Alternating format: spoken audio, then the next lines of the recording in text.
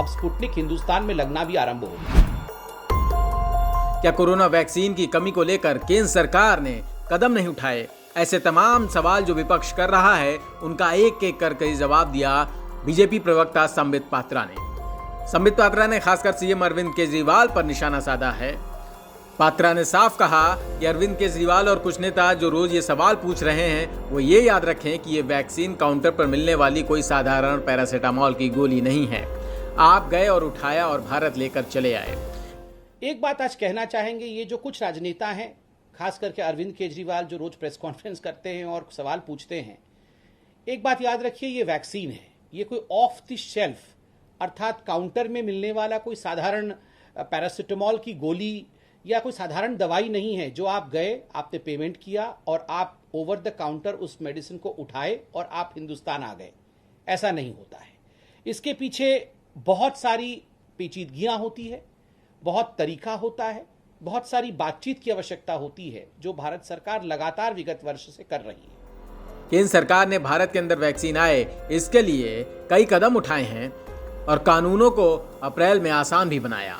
कि जो केंद्र की सरकार है, उन्होंने भारत के अंदर वैक्सीन का प्रवेश हो सके, जो वैक्सीन बाहर निर्माण होते हैं उसके लिए जो भी नॉर्म्स होते हैं, जो भी कानून होते हैं, उसको उन्होंने लचक बनाया, उसको उन्होंने ईज किया था अप्रैल के महीने में। आपको याद होगा विगत मास अप्रैल के महीने में इन सभी कानूनों में छूट दी गई थी कि जो बाहर वैक्सीन बने हैं वो इंडिया में प्रवेश कर सकते हैं।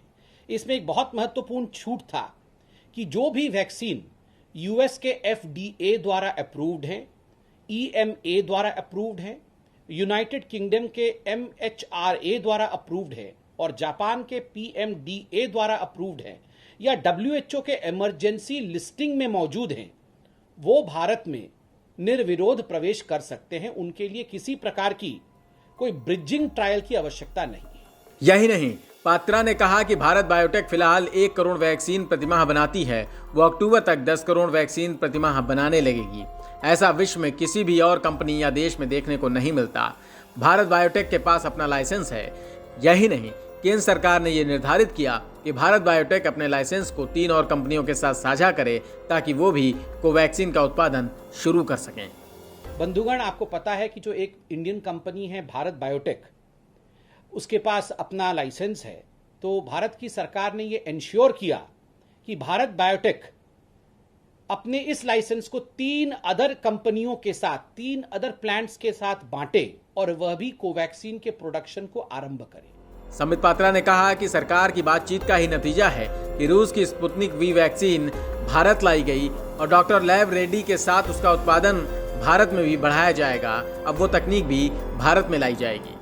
आपने यह भी देखा होगा, इन्हीं बातचीतों का नतीजा रहा है, इन्हीं नेगोशिएशंस का नतीजा रहा है कि जो स्पुतनिक वैक्सीन है, जो रशिया का स्पुतनिक वैक्सीन है, वो किस प्रकार से हिंदुस्तान में लाया गया, डॉक्टर रेड्डी लैब के साथ मिलकर उसका प्रोडक्शन किस प्रकार हिंदुस्तान में बढ़ाया जाएगा। अब वो टेक्नोलॉजी भी इंडिया में अब आएगी, इस विषय को हमने देखा है। अब स्पुतनिक हिंदुस्तान में लगना भी आरंभ हो गया है।